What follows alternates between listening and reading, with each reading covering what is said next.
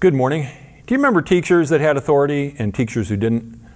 There were some teachers you just knew that we better pay attention. They didn't say anything, just somehow you knew it. But there's teachers that they were in the know. I like what it says about Jesus in Matthew 11:27. Jesus says this, "No one knows the Son except the Father, and no one truly knows the Father except the Son." Jesus is making an extraordinary claim. He's saying, I know God better than anybody else. Because I am God, because I'm eternally existent, because I was with Him before I was here with you. Now, if that is true, then we can trust Him with everything that He says. That's the crux of the matter. I made the decision some 40 years ago for myself that I was going to take Him up on that. And the result of that is that I believe that it's absolutely true.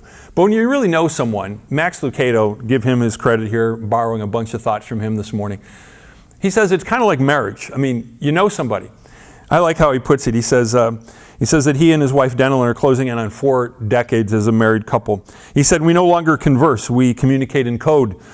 She walks into the kitchen while I'm making a sandwich. Denelyn, I ask, and she says, no, I don't want one. I'll open the fridge and stare for a few moments. Denelyn, and she'll look at my sandwich preparations and say, mayo's on the top shelf, pickles are on the door. She knows. She knows what I'll say before I say it. Consequently, she's the perfect person who would be a proxy for him. That's what he says. He's just like, if she says Max would prefer a different color, I would prefer another color. If Max would approve this idea, then listen to her.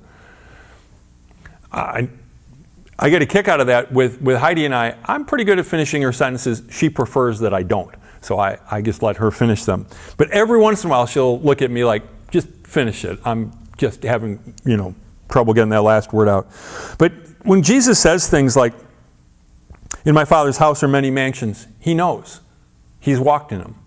When Jesus talks about all sorts of things about the Father, He knows.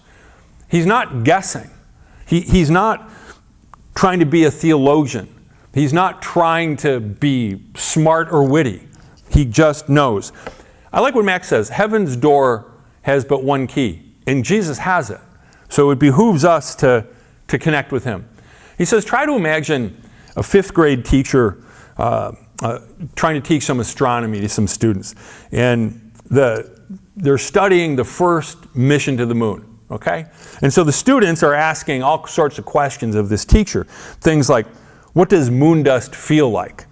Or can you swallow when there's no gravity? That's a good question. That would be kind of weird, I think. Your uvula might, never mind. So, what about going to the bathroom? Yeah, that's something a 5th grader would want to know about. And the teacher would do their best, but they'd probably say, well, I would imagine, or I think, or perhaps. But what if the next day the teacher says, aha, bring your questions because I've got Buzz Aldrin. Not Buzz Lightyear. Buzz Aldrin. He walked on the moon. Neil Armstrong's not around anymore, I don't think, but Buzz Aldrin is. So Buzz Aldrin shows up. You could ask him all those questions, and he could answer them. He wouldn't be guessing. He knows. He's been to the moon. It's freaky when you think about it. I look up at the moon sometimes and I think, people walked on that. Now, I know some of you don't believe that, but I do. I do believe that people walked there and not in some screen set out in Los Angeles. I believe that it really happened. But Jesus spoke with authority because He had it, because He knows. And so if you're looking for a voice that you can trust about things that are of eternal significance, about life and death, about forever, check out Jesus. He knows. He's not guessing. And He loves you. Have a great day.